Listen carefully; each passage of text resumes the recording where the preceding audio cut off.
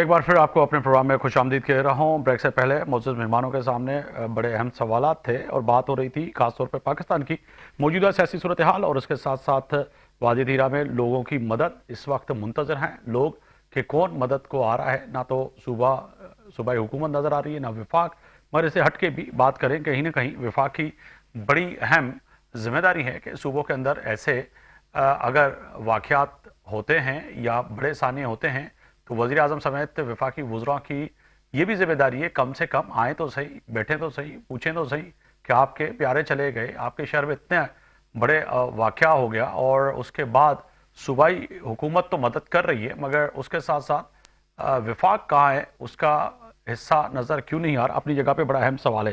सानिया गुल प्लाजा की भी बात करें तो यहाँ पे भी वफाकी जो है वज़रा, वफाक की मशीनरी उस तरह से एक मुतहरक और एक्टिव नज़र नहीं आई। वज़ीर आज़म पाकिस्तान नज़र नहीं आए, डिप्टी प्राइम मिनिस्टर इसहाक डार साहब नज़र नहीं आए, वफाकी वज़ीर दाखिला नज़र नहीं आए। बयान की हद तक, अफसोस की हद तक तो अच्छी बात है, मगर इससे आगे बढ़ के बात करें कि नईम कुरैशी साहब मैं आपकी जाने पाऊंगा। सर फरमाइएगा कि ये नुकता भी बड़ा अहम है कि कराची के अंदर भी वही सूरत हाल नज़र आई कि उस तरह से हमें वफाक नज़र नहीं आया कराची के अंदर।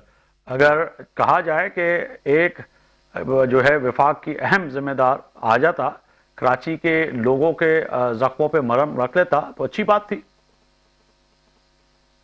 जी बिल्कुल ऐसा होना चाहिए। विफाकी हुकूमत का मतलब यह है कि किसी भी सूबे में कोई ऐसी सूरत हाल पैदा हो जाए तो विफाक को न सिर्फ कि अमली इक़दाम करने चाहिए, मदद करनी चाहिए, बल्कि वज़रा को आना भी चाहिए।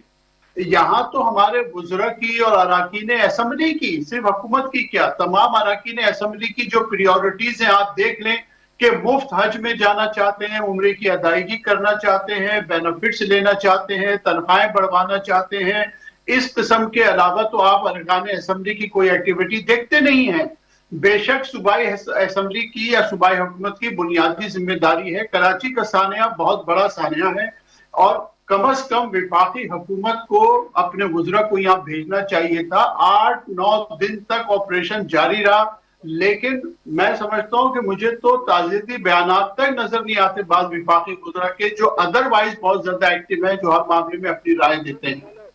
जहां तक गुल प्लाजा का ताल्लुक है तो देखिए ये एक ऐसा मौजू है जिस पे गुफ्तगू करते हुए भी बहुत तकलीफ होती है। बिल्कुल ये एक ऐसी मार्केट थी कि जिसमें अगर कोई शख्स कभी नहीं भी गया, अगर वो कभी जाता भी नहीं था शॉपिंग के लिए, उसको भी तकलीफ हुई, क्योंकि ये कराची के हर तबके के लोग जो है ना इस मार्केट में जाया करते थे। शायद ही कराची का कोई ऐसा शख्स हो जो कम से कम एक दफा गुल प्लाजा ना गया हो। और जिस तरह से लोगों के साथ जुल्म हुआ है, लोगों के प्यारे चले गए, उनके कारोबार चले गए, उनकी हर चीज चली गई। यकीन मानिए खानदान के खानदान खत्म हो गए।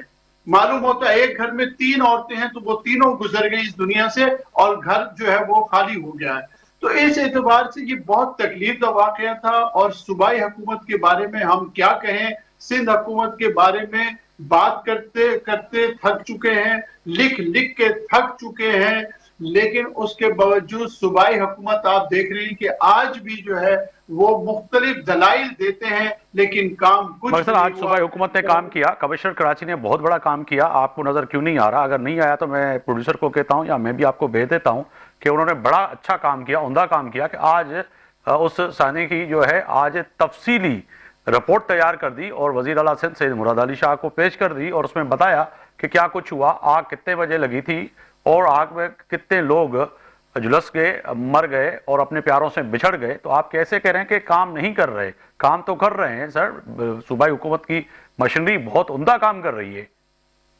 हाँ बिल्कुल, मैं ये भूल गया कि कराची में जितने ऐसे सानहे होते हैं, लोग गटरों में गिर जाते हैं, मेन होल में गिर के मर जाते हैं, इसी तरह उसकी रिपोर्टें बनती रहती हैं, लेकिन कुछ भी नहीं होता। कराची यतीम हो चुका है। आप यकीन मानिए कराची अनगवन है। सर और कैसे यतीम इसमें है हम लोगों कराची की वाले? आपने ये तो दुखती हुई रग पे हाथ रख दिया। यतीम नहीं है शहर में, हमारे यहाँ अभी भी दावेदार बहुत हैं। मुत्तहदा कौमी मुल्क पाकिस्तान कह रही है कि हम वारिस हैं, तो यतीम कैसे हुए? जमात इस्लामी हाफिज नईम रहमान साहब कहते हैं कि हम वारिस हैं तो हम यतीम कैसे हुए, बिलावल भुट्टो साहब कहते हैं हम वारिस हैं हम यतीम कैसे हुए, PMLN शहबाज शरीफ साहब और यहाँ की जो PMLN की क़यादत है वो कहते हैं कि हम इस शहर के वारिस हैं तो हम यतीम कैसे हैं। आपने तो हमें फिर गाली दे दी, हम यतीम नहीं हैं, और यतीम इसीलिए नहीं है कि ये दावेदार हैं कि हम शहर के वारिस हैं, हम सब कुछ कर रहे हैं, मगर आप जिस ग्लासेस से देख रहे हैं शायद आप डॉक्टर को दिखाएं, मैं भी दिखाऊं कि चश्मा हमारा दुरुस्त हो जाए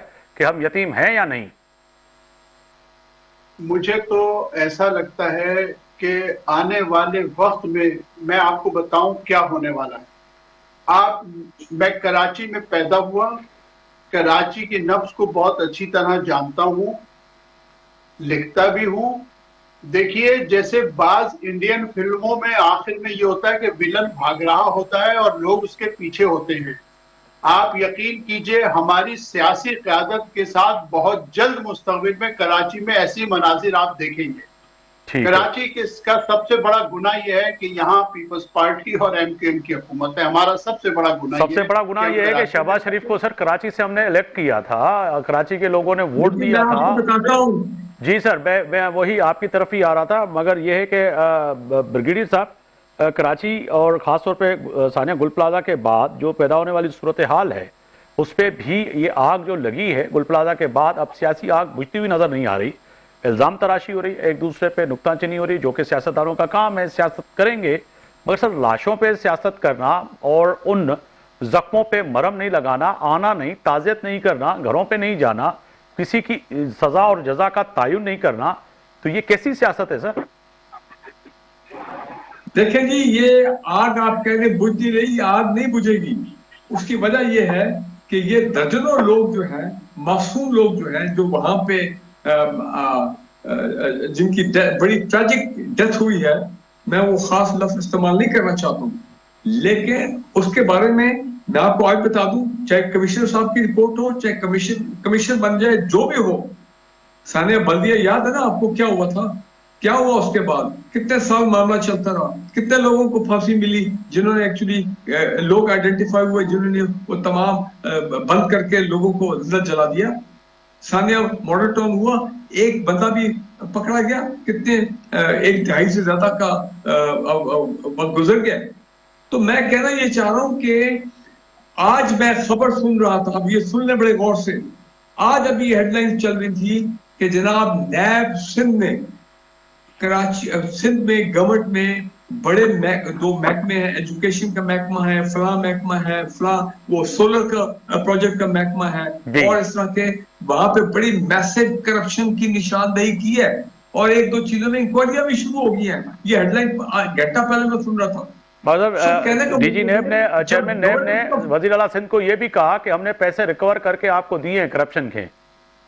नहीं, वो तो ठीक है, वो तो नैब ने अदरवाइज ठीक है, जो इस वक्त उनका मैंडेट है, जो उनको टूथलेस बनाया गया है, लेकिन फिर भी उसके बावजूद ये 11.2 ट्रिलियन रुपीस जो है उन्होंने डायरेक्टली और इनडायरेक्टली 2025 में रिकवर किए। आज जो रिपोर्ट प्राइम मिनिस्टर साहब को पेश हुई है, मैं कहना ये चाह रहा हूं कि जब एक गवर्नेंस का फेलियर हो, और गवर्नेंस का फेलियर क्यों होता है, करप्शन, 5 अरब रुपए की खबर चल रही है कि एजुकेशन का स्कूल में के लिए प्रोजेक्ट था, लेकिन वो दे दिया गया अपना फेक प्रोजेक्ट, वो कितना पैसा चला गया ये रिश्तेदारों में।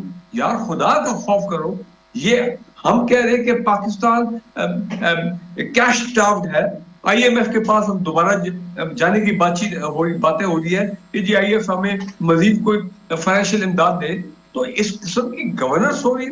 तो कराची के लोग जो है, मैं समझता हूं कि उनकी बात सही है कि वक्त आ गया है कि ये सारे गुल प्लाजा होते रहेंगे, क्योंकि कोई एहतसाब नहीं होना, कोई STO लेवल के कुछ आगे पीछे लोग वो हो जाएंगे अपना OSD, उसके बाद रिस्टोर हो जाएंगे, 6 महीने बाद back to business as usual, फिर कोई और सानिया हो जाएगा, फिर बिल्डिंग कंट्रोल अथॉरिटी जो एक्शन में आएगी कि जनाब हमने 50 और बिल्डिंग्स को अनसेफ डिक्लेयर कर दिया, उनको गिराया जाए, फिर आप भी भूल जाएंगे, मैं भी भूल जाऊंगा, सारे लोग भूल जाएंगे।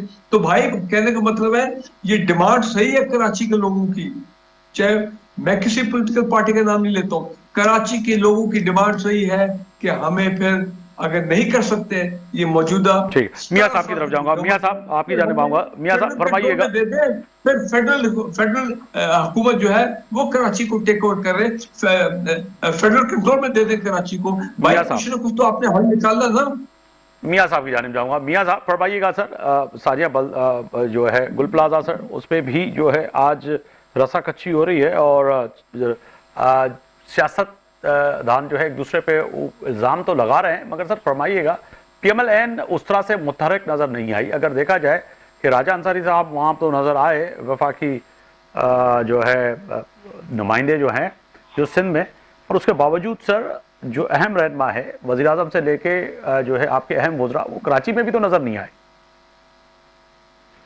دیکھیں آفتاب جی, یہ بالکل آپ کے پہلے بھی پروگرام میں اپنی ذاتی اور رائے جو میں نے دی ہے, میری یہ گزارش ہے کہ بالکل وزیر اعظم صاحب کو بھی جانا چاہیے تھا اپنی ساری مصروفیت چھوڑ کے. اور جہاں تک وفاقی وزراء کا تعلق ہے, میں تو سمجھتا ہوں جب ہم یہ کہہ رہے ہیں کہ وزیر اعظم صاحب کو جانا چاہیے تھا, لیکن ان کی خارجہ جو مصروفیات تھی اس کی وجہ سے وہ نہیں آ سکے. تو بہرحال وہ تو انشاءاللہ تعالی وہ آئیں گے, لیکن میں یہ گزارش کر رہا ہوں کہ سب سے زیادہ ضروری تھا آصف علی زرداری کا وہاں پہ ہونا. ان کو بھی چاہیے تھا. وزیر اعظم صاحب کی جو مصروفیت ہے اس وقت آپ کو بھی پتا ہے کہ جو غزہ کا معاملہ تھا, پیس بورڈ کا معاملہ تھا, اور باقی جو ان کی مصروفیت ہے وہ ساری چیزیں بھی آپ مد نظر رکھیں, لیکن اس کے باوجود بھی ہم یہ کہہ رہے ہیں کہ بالکل جانا چاہیے تھا. اب دوسری بات یہ ہے کہ کیا کراچی میں یہ جو ہوا ہے, یہ بلڈنگ کا جو معاملہ ہے, آپ مجھے یہ بتائیں کہ گل پلازا کے اندر آپ 3-4 پروگرام آپ کر چکے ہیں. آپ اس میں دیکھیں کہ گورنمنٹ جو سندھ گورنمنٹ ہے انہوں نے اپنی نالائکی خود قبول کی ہے. آپ کے مختلف چینلوں کے اوپر انہوں نے خود ایکسپٹ کی ہے یہ بات کہ جی وہ ان لیگل کنسٹرکشن کی گئی ہے. بس سر وہ تو یہی ہو رہا ہے نا کہ کس نے اجازت دی تھی اور اب کس کی ذمہ داری ہے. میئر کراچی صاحب اس بات کے ساتھ دوسری بات میں کرنا چاہتا ہوں کہ گل پلازا اگر ان لیگل کنسٹرکشن ہوئی تھی تو اس طرح کی پوری کراچی کے اندر اور بھی بہت ساری بلڈنگ ہوں گی جو ہوں گی نہیں سر ہیں لوگوں نے کی ہے. میں وہی کہہ رہا ہوں کہ آپ یہ دیکھیں چلیں گل پلازا کی جو قربانی جو ان لوگوں نے, ماؤں بہنوں بچوں نے, جوان لڑکوں نے, اور ہمارے جو وہاں پہ جانی اور مالی جو نقصان ہوا ہے, اس کے بعد ہی ہمیں ہدایت آنی چاہیے, اس کے بعد ہی ہمیں ساری چیزوں کو دیکھنا چاہیے. بالکل سر دیکھنا پڑے گا. وقت کی کمی کی وجہ سے آپ کا شکریہ ادا کروں گا. میاں صاحب آپ نے وقت نکالا. نعیم قریشی صاحب آپ کا بھی بہت شکریہ. بریگیڈیئر ریٹائر فاروق حمید صاحب آپ کا بھی بہت شکریہ. تینوں مہمانوں کا شکریہ. طے ہے کہ آج کوشش کی کہ مہمانوں کے سامنے سوال رکھیں, کوئی ان سے فیصلہ کروا سکیں کہ آخر اس ملک کا اور خاص طور پہ کے پی اور سندھ میں جو صورتحال ہے اس کی ذمہ داری کس پہ عائد ہوتی ہے. اگر وفاق بھی جو ہے کہیں نہ کہیں اپنی ذمہ داری قبول کرے کہ وفاقی وزراء صرف پریس کانفرنس کی حد تک نہ ہو, ان کو بھی کے پی بھی جانا چاہیے, سندھ بھی آنا چاہیے, اور فیصلہ کہیں نہ کہیں وفاق کو کرنا پڑے گا کہ صوبائی حکومتوں کے ساتھ مل کر جو سندھ کے مسائل ہیں, کے پی کے مسائل ہیں, بلوچستان کے, ایون کہ پنجاب کے ہیں, ان کو حل کرنا پڑے گا. مجھے اجازت دیجیے. اللہ حافظ.